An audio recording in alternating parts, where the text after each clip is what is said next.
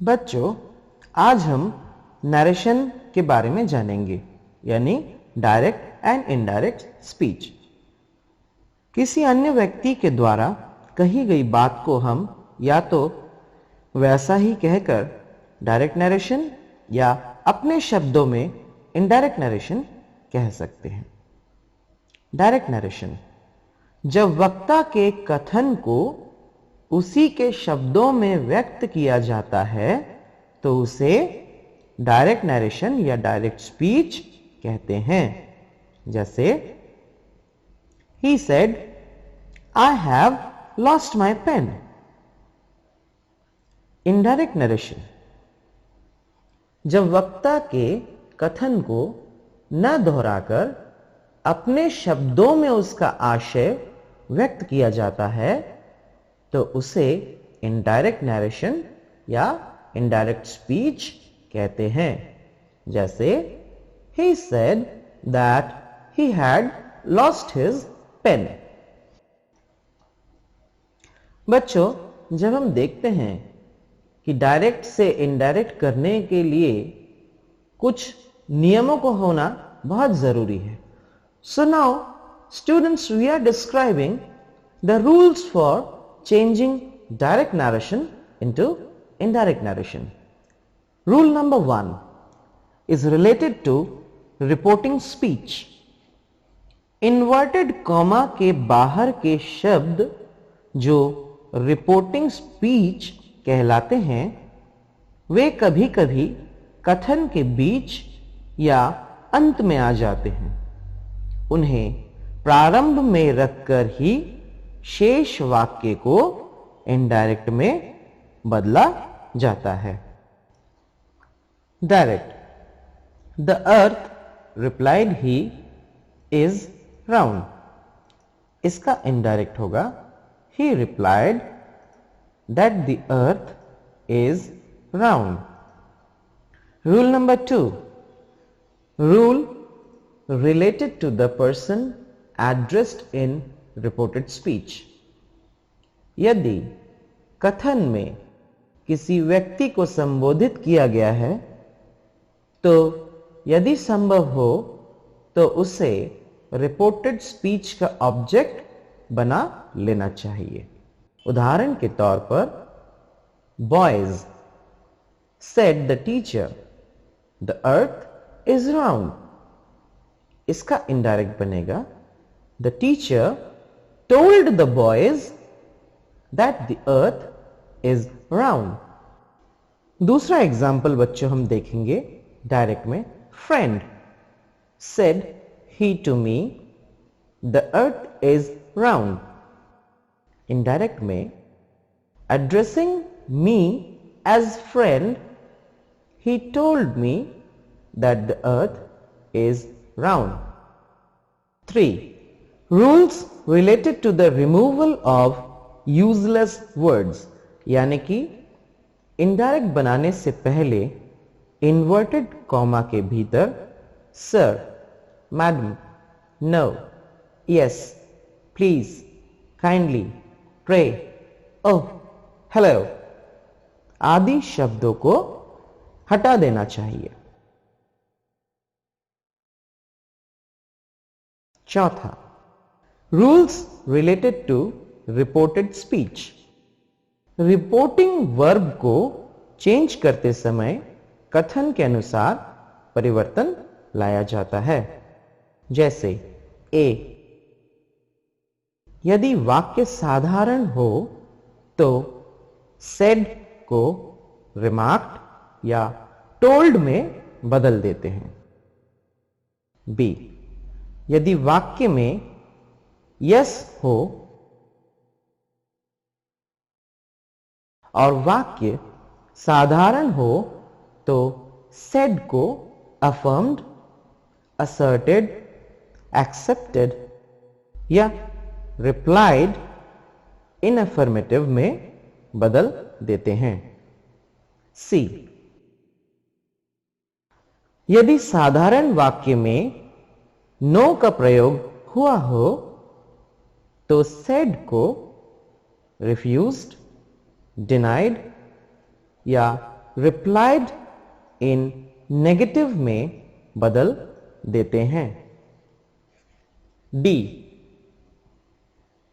ऐसा साधारण वाक्य जिसमें आदर सूचक शब्दों जैसे सर, मैम या योर मैजेस्टी का प्रयोग हुआ है, उनमें सेड को टोल्ड रेस्पेक्टफुली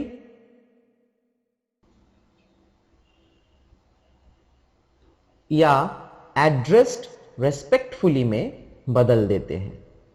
ई, प्रश्नवाचक वाक्यों में asked, inquired of, question, wondered, wanted to know आदि शब्दों का इस्तेमाल किया जाता है।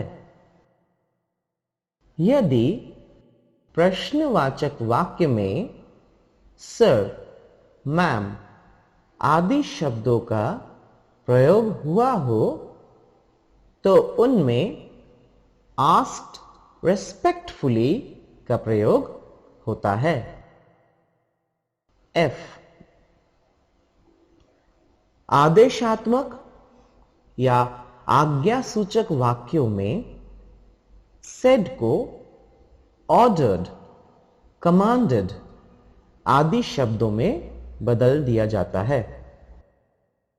जी, सलाह संबंधी वाक्यों में सेड की जगह एडवाइस्ड, रेकमेंडेड, प्रिस्क्राइब्ड आदि शब्दों का प्रयोग किया जाता है। एच, निवेदन संबंधी वाक्यों में सेड की जगह रिक्वेस्टेड, सॉलिसिटेड, प्रेड आदि शब्दों का प्रयोग होता है। आई, निषेधात्मक आज्ञासूचक वाक्यों में सेड की जगह फॉरबेड, प्रोहिबिटेड, प्रिवेंटेड आदि शब्दों का प्रयोग होता है। जे, यस युक्त आज्ञासूचक वाक्यों में अलाउड, परमिटेड, ग्रांटेड शब्दों का प्रयोग होता है। के, लेट युक्त आज्ञासूचक वाक्यों में प्रपोज्ड, सजेस्टेड, अलाउड, रिक्वेस्टेड शब्दों का प्रयोग होता है। एल, हर्ष, आश्चर्य या विषाद सूचक वाक्यों में एक्सक्लेम्ड विथ के साथ संबंधित भावना को उचित रूप से प्रदर्शित करने वाले शब्द का प्रयोग किया जाता है। एम, शोक, दुख एवं विस्मय सूचक शब्द जैसे अलास आदि के स्थान पर एक्सक्लेम्ड विथ सॉरो का प्रयोग होता है। एन, आश्चर्य बोधक शब्दों की जगह एक्सक्लेम्ड विथ सरप्राइज का प्रयोग होता है। ओ, आश्चर्य बोधक शब्द जिसमें ओह, आह आदि आए हैं उन्हें एक्सक्लेम्ड विथ सरप्राइज का प्रयोग होता है। पी, आश्चर्य बोधक शब्द जिसमें व्हाट, हाउ का प्रयोग हो उसमें अप्रिशिएटेड का प्रयोग होता है। और आखिर में क्यू, ऐसे इच्छात्मक या शुभकामनाओं वाले वाक्य जिनमें में आए वहां विश्ड, डिजायर्ड, आदि शब्दों का प्रयोग होता है। बच्चों, अब हम कुछ उदाहरण को देखेंगे। Direct. He said, comma, open inverted commas में, sir, comma, why is the earth round, question mark और इन्वर्टेड कॉमास क्लोज। इनडायरेक्ट में, he asked respectfully why the earth is round। दूसरा उदाहरण देखेंगे। Direct. he said to his servant, do it at once। indirect। he ordered his servant to do that at once। तीसरा उदाहरण देखेंगे। he said to his teacher, please explain it। indirect में देखेंगे। he requested his teacher to explain it। इस श्रृंखला में we will study the fifth rule, that is rules related to use of proper connectives। Direct narration के वाक्य से सारे inverted commas को हटाकर कथन के अनुसार कनेक्टिव्स का प्रयोग किया जाता है। ए, साधारण तथा नकारात्मक वाक्यों तथा आश्चर्यबोधक व इच्छात्मक वाक्यों में दैट का प्रयोग होता है।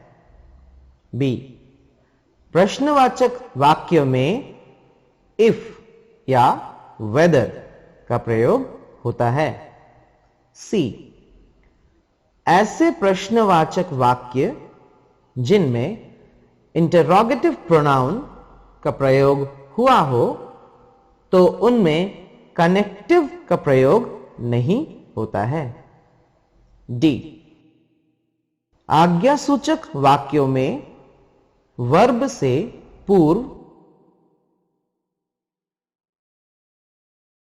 टू का प्रयोग होता है। इसके भी कुछ उदाहरण हम देखेंगे। Direct. He said earth revolves round the sun. Indirect. He said that earth revolves round the sun। direct। he said Srinagar is not hot in summer। indirect। he said that Srinagar is not hot in summer। एक और उदाहरण देखेंगे बच्चों। He said, is the earth round? Indirect। He asked if the earth is round।